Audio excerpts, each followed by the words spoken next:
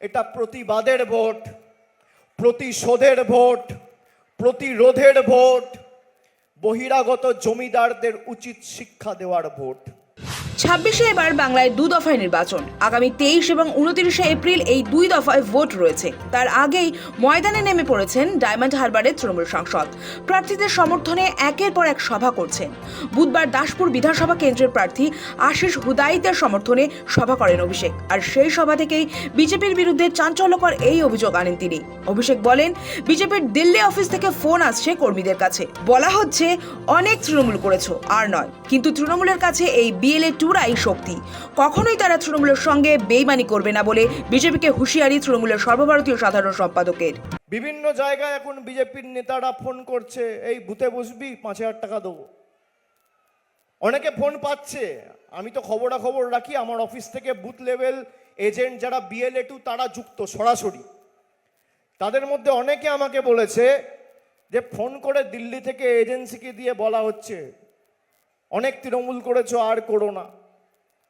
তৃণমূলের শক্তি, তৃণমূলের BLA 2 আর বুথের এজেন্টরা, তারা গলা কেটে দিলেও বেইমানি করবে না, বশ্যতা স্বীকার করবে না। এক্ষেত্রে BLA 2দের তার পরামর্শ, যাদের কাছে ফোন যাচ্ছে ফোনটা ধরে বিজেপি থেকে টাকার অফার পেলে দরদাম করবেন। অভিষেকের সাফ হুঁশিয়ারি, টাকা বিজেপির কাছ থেকে নেবেন আর ভোট করাবেন জোড়া ফুলের হয়ে। কিন্তু যাদেরকে ফোন করছে ফোনটা ধরবেন, ফোনটা ধরে যদি 2,000 টাকা দেয় বলবেন 10,000 দে, যদি 5,000 দেয় বলবেন 20,000 দে। আপনার টাকা তো গায়ের জোরে আটকে রেখেছে, এই টাকাটা যখন আপনাকে দিতে চাইবে আপনি নেবেন, দরদাম করবেন, পদ্ম ফুলের থেকে টাকা নেবেন আর জোড়া ফুলের ভোট করবেন। উন্নয়নের খতিয়ান থেকে শুরু করে লক্ষ্মীর ভান্ডার, একাধিক ইস্যুতে গেরুয়া শিবিরকে একহাত নেন অভিষেক। বিজেপি নেতাদের পুরনো মন্তব্যের কথা স্মরণ করিয়ে দেন অভিষেক।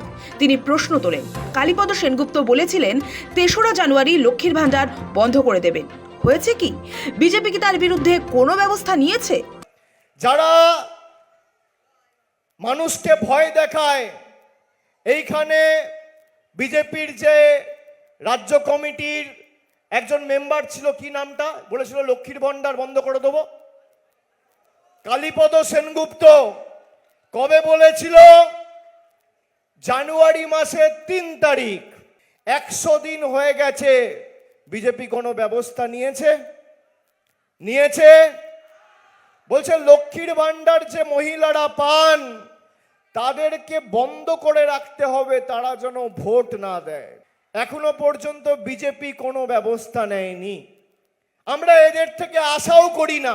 দাসপুরের জনসভা থেকে ফের একবার তৃণমূলের 10 প্রতিজ্ঞার কথা মনে করিয়ে দেন অভিষেক বন্দ্যোপাধ্যায়। নির্বাচনের ফল ঘোষণা হওয়ার 6 মাসের মধ্যে গোল্ড হাব তৈরির পাশাপাশি একটি থানা তৈরি করা হবে বলেও প্রতিশ্রুতি দেন অভিষেক।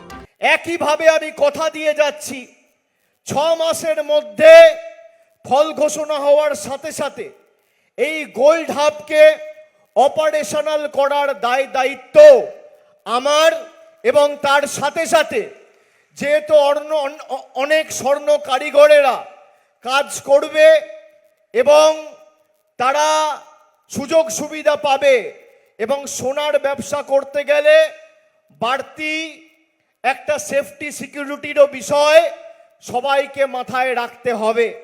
সেই নিয়ে আপনাদের দীর্ঘদিনের দাবি যে এখানে যদি একটা বাড়তি পুলিশ স্টেশন করা যায়, সেই দাবিটাকেও তৃণমূলের সরকার, মামাটি মানুষের সরকার অগ্রাধিকার দিয়ে দেখবে। দিদি 10 প্রতিজ্ঞার কথা বলেছে, অন্যান্য রাজনৈতিক দল সংকল্পের কথা বলে, অন্যান্য রাজনৈতিক দল বলে প্রতিশ্রুতির কথা, আর আমরা বলি প্রতিজ্ঞা, শপথ। ঘাটাল মাস্টার প্ল্যান সহ যে সমস্ত উন্নয়ন মানুষের জন্য মমতা বন্দ্যোপাধ্যায় সরকার করেছে সেই পরিসংখ্যানও দাসপুরের সভা থেকে তুলে ধরেন তিনি। একাধিক ক্যানেলে প্রায় 200 কোটি টাকা রাজ্য সরকার খরচা করে ড্রেজিং এর কাজ শুরু করেছে। 1500 কোটি টাকা খরচা করে ঘাটাল মাস্টার প্ল্যানের কাজ আমাদের মামাটি মানুষের সরকার করছে। এদিকে 2026-এর নির্বাচনী প্রচারে পশ্চিম মেদিনীপুরের কেশুয়াড়িতে তৃণমূলের প্রার্থী রামজীবন মান্ডির সমর্থনে জনসভা থেকে সরাসরি প্রধানমন্ত্রী নরেন্দ্র মোদী ও বিজেপি সরকারকে আক্রমণ শানান তৃণমূলের সর্বভারতীয় সাধারণ সম্পাদক অভিষেক বন্দ্যোপাধ্যায়। কেন্দ্রীয় সরকারের বিগত 12 বছরের খতিয়ান টেনে কর্মসংস্থান ও আর্থিক প্রতিশ্রুতির ব্যর্থতা নিয়ে একগুচ্ছ প্রশ্ন তোলেন তিনি। এই মোহনপুরে, দাঁতনে, কেশিয়াড়িতে একটা যুবক, একটা বাড়িতে যদি আপনারা দেখান যে কোনো রকম উন্নয়নের ডালি নিয়ে কোনো বিজেপির নেতা কর্মী বা 10টা যুবক যুবতীর হাতে কর্মসংস্থানের নিয়োগপত্র মোদিজির সরকার তুলে দিয়েছে, আমি রাজনীতির আঙিনায় পা রাখবো না। তারা লড়াই করছে ধর্মকে ঢাল করে। আমি আমার রিপোর্ট কার্ড নিয়ে এসেছি। বিজেপির দেওয়া পুরনো প্রতিশ্রুতিগুলোর কথা মনে করিয়ে দিয়ে জনতাকে প্রশ্ন করেন। 2014 সালে ক্ষমতায় আসার আগে বলা হয়েছিল প্রত্যেকের অ্যাকাউন্টে 15 লক্ষ টাকা দেওয়া হবে। কারো অ্যাকাউন্টে 15 পয়সাও ঢুকেছে? উপস্থিত জনতার না শুনতেই তিনি কেন্দ্রীয় সরকারের বিরুদ্ধে প্রতারণার অভিযোগ আনেন। কেন্দ্রের বছরে 2 কোটি চাকরির প্রতিশ্রুতির কড়া সমালোচনা করে অভিষেক বলেন, বিজেপি সরকার বলেছিল বছরে 2 কোটি চাকরি দেবে। 12 বছর ক্ষমতায় থাকলে 24 কোটি চাকরি দেওয়ার কথা। সেই হিসেবে প্রত্যেক বিধানসভা কেন্দ্রে গড়ে 7,000 করে চাকরি হওয়ার কথা ছিল। আমি ভেবেচিন্তে কথা বলি আর কথা দিলে কথা রাখি। যারা 12 বছর আগে 2014 সালে কেন্দ্রে সরকার তৈরি করে মানুষকে বলেছিল 15 লক্ষ টাকা দেবে, কারোর অ্যাকাউন্টে 15 পয়সা ঢুকেছে? উত্তর হচ্ছে না। বলেছিল বছরে 2 কোটি বেকারের চাকরি দেব, কজন মোহনপুরে, দাঁতন 1, দাঁতন 2, কেশিয়াড়িতে কেন্দ্র সরকারের চাকরি পেয়েছেন? রাস্তায় যারা আছেন একটু হাত তুলে বলুন। পায়নি। বছরে যদি 2 কোটি চাকরির প্রতিশ্রুতি মোদিজি দেয়, তাহলে 12 বছর ক্ষমতায় 12 বছরে 24 কোটি চাকরি।